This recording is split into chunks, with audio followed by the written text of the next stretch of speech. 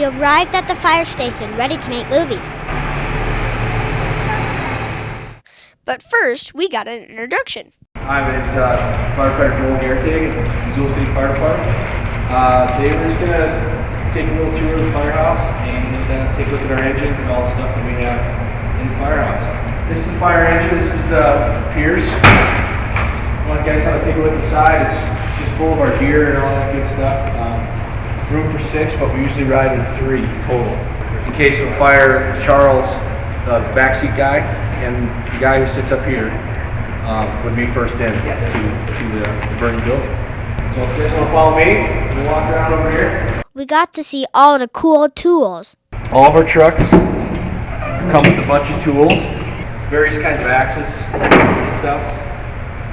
This is a fire axe with double hands, so you always want to take a tool into a building with you when you go into it, just in case you have to get out in a hurry. In Missoula, we have the river, and so we have a bunch of life jackets and helmets to wear while we're in the river. Here we have all our hose. This is more hose for dumpster fires and little house fires. This bigger stuff is for bigger fires. This big is the 5-inch hose is hooked up to fire hydrants, and that actually supplies from the hydrant that's in the ground to the engine to give this engine more water. And then we also in here, you guys heard of the jaws of life. We're cutting people out of cars, big cutters that can actually cut through steel. They're not steel, but aluminum, good metal.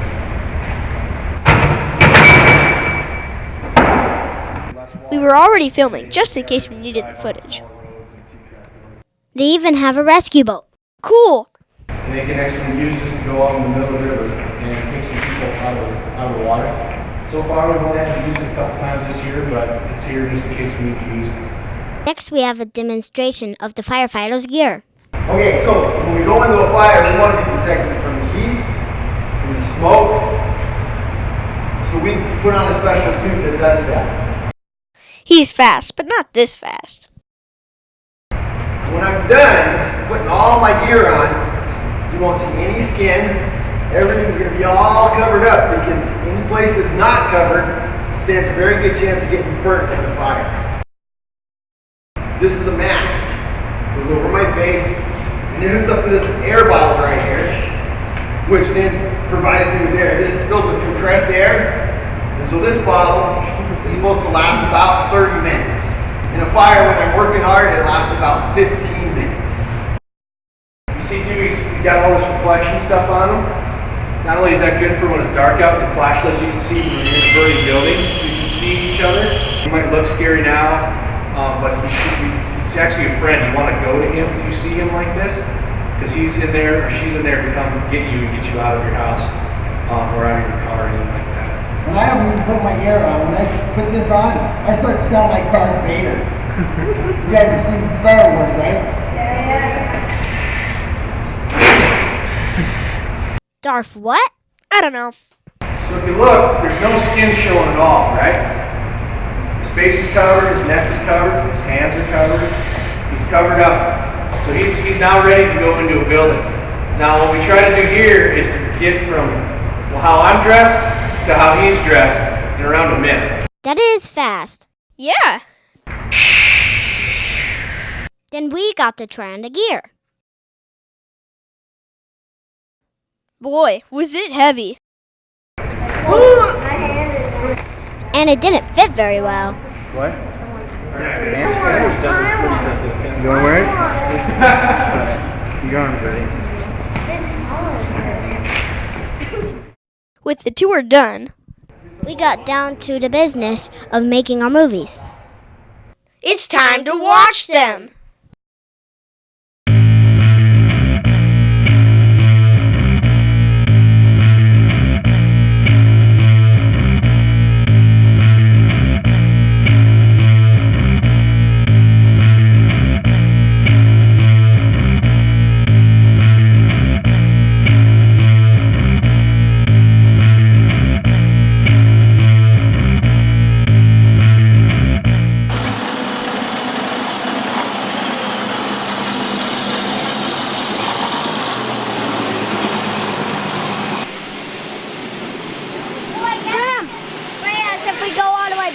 It's going to push back up. It's going to push back very hard. All right?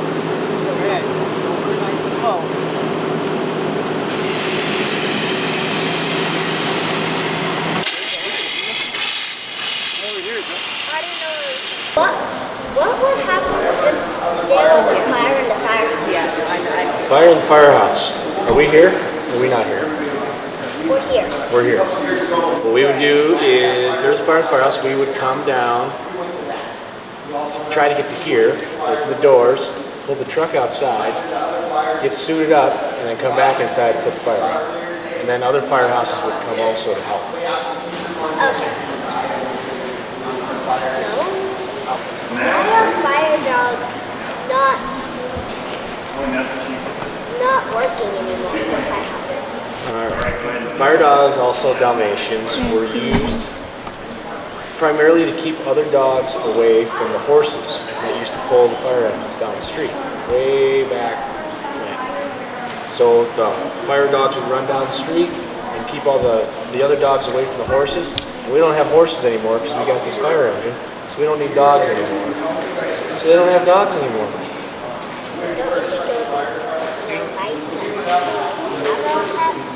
It would be nice to have a firehouse dog. We actually had a firehouse dog here, and I don't know when the dog went away, but there's pictures of him. He run away. I don't know what happened to him. I think somebody took him home. And he is not around anymore. What was his name? What was his name?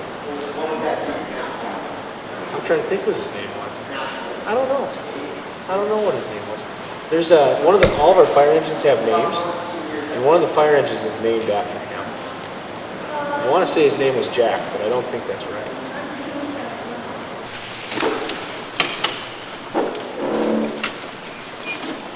Here we have all of our hose. This is more hose for dumpster fires and little house fires. This bigger stuff is for bigger fires. This big is this 5-inch hose is hooked up to fire hydrants, and that actually supplies from the hydrant that's in the ground to the engine to give this engine more water. So, out of all the fires you've ever been in, what was the scariest one you Oh boy. I'm the wrong guy to ask.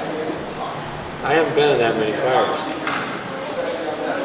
I'm trying to think which ones were scary.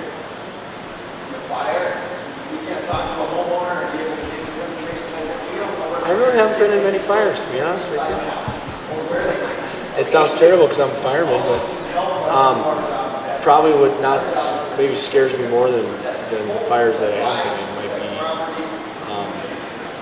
be very strange people, or they have weapons or stabbings, things like that, or being in a car wreck on the interstate when people are driving past you at 70 miles an hour. That kind of scares me a little more than the fires do.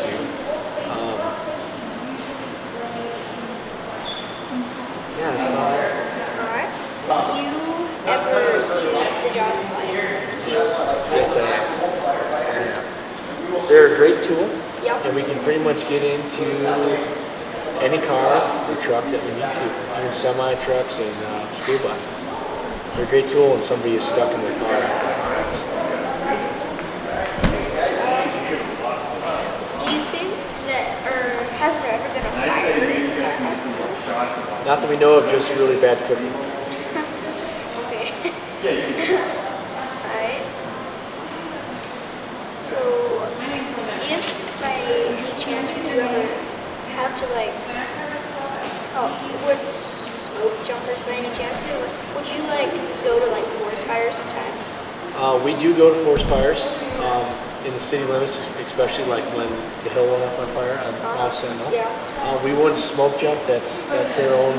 Smoke jumpers do that. Yeah. Just like smoke jumpers don't ride around in these big red trucks. We do have several smoke jumpers that work here, but they don't smoke jump anymore. Yeah, we do go on wildfires and put trees and grass out. And is there any fire safety or any you never want to fire safety that you like at all? Like any fire safety, not to Yeah, that's fire safety is a great thing. Stop, drop, and roll. If you're close to a fire, you want to cover your face, go to the ground, and roll around, and hopefully somebody's helping you pat yourself out. 911 is a great number. Any kind of emergency to call. When you call that, you need to know your address and where everybody is. So if it's your address, call 911. Say you're having somebody got hurt, like you fell over on your bike and broke your arm, or your house on fire, or anything like that, you know where you live, and then make sure that everyone's out of the building if your house is there. And sometimes, like, if you're alone and you get hurt, what would you do? The best thing to do would try to get to the phone yourself or just call for help. Hopefully somebody can see you. Or you might have to do what we call self-rescues, where you have to take care of yourself for a little while until somebody else can help. Life flight, the helicopter, we can use them sometimes to help find people that are stuck in the river at night because they have night vision. And they can, on bigger scene stuff, they can land there and take patients to the hospitals if there's a lot of people that are hurt, or we've used them already, like I said, for the river thing, and then for wildland stuff to have people so they can see what's going on from way up there. So, that's about all we have. All right. So, thanks for taking your time. Well, thank you. All right. All right. Thank you very much.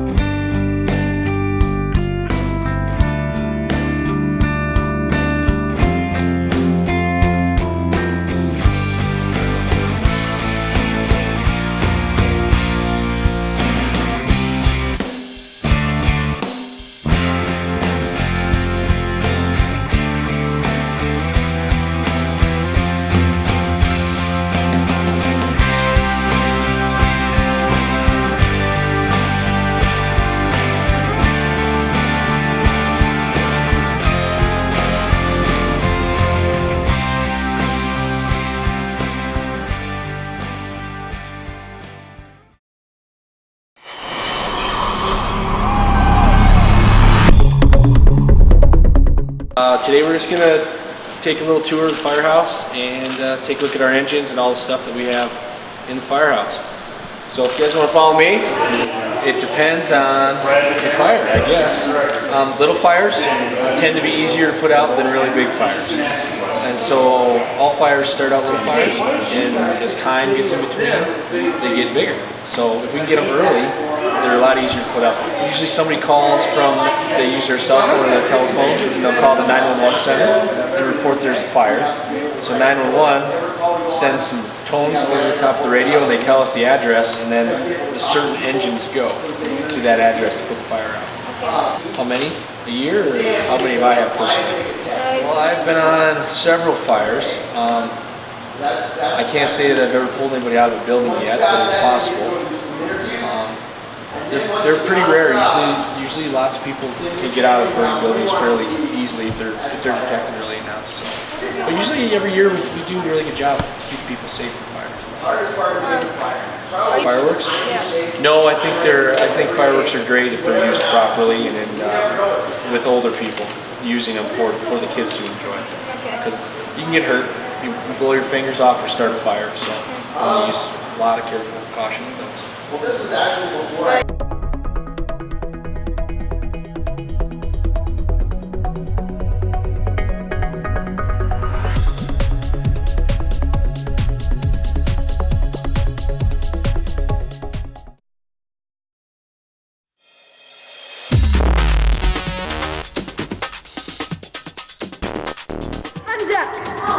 I'm Rowan, and this is our video.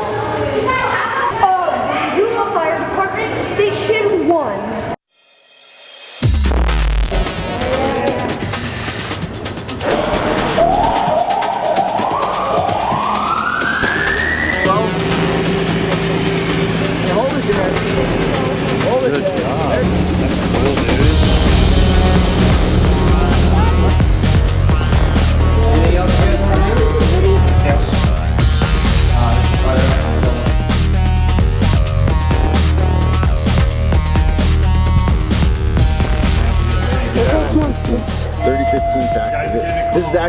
This is actually not us. I was like, you guys. That's not us. Oh.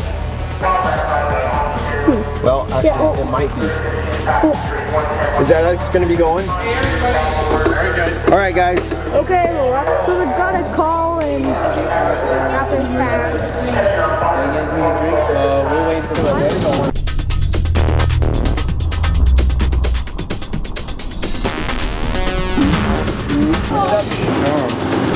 That was all.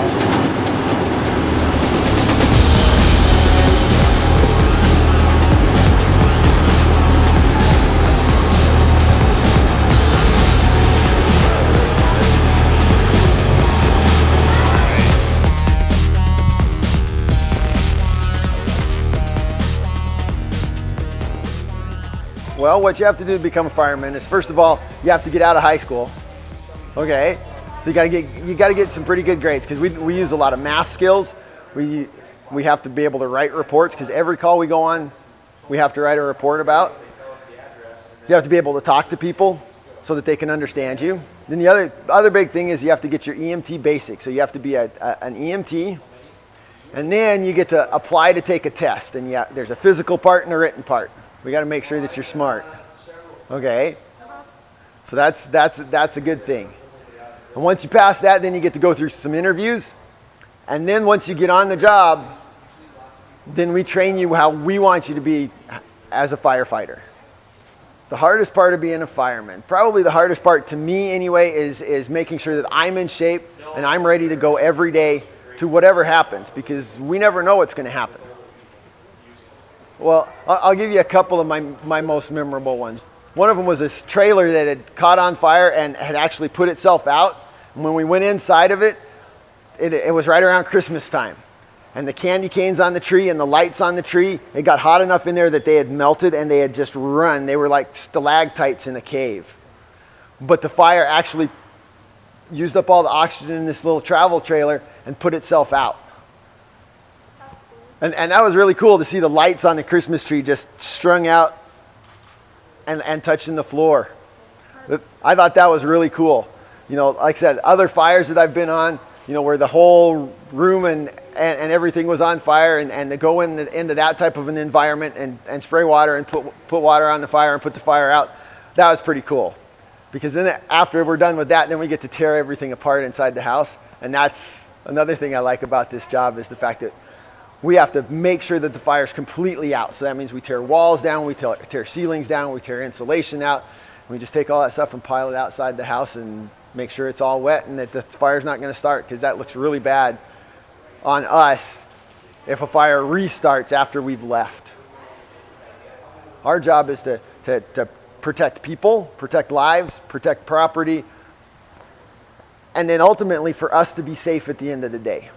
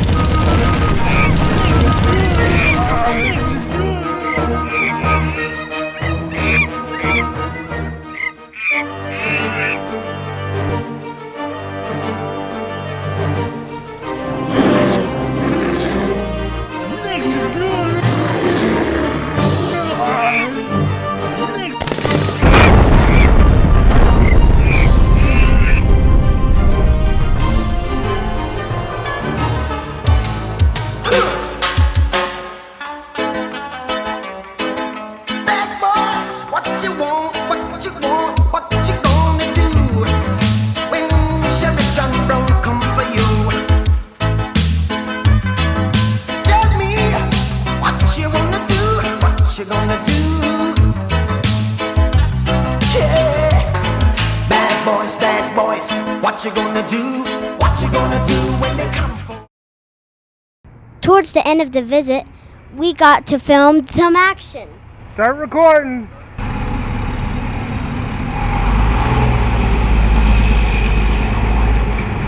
The hose was cool.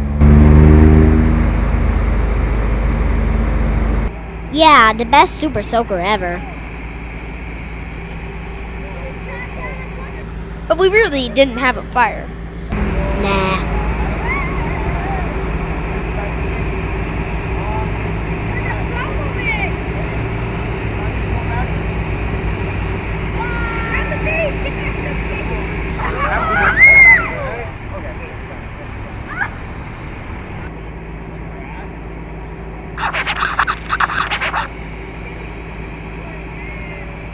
After we used up all their water, They had to fill up their truck again.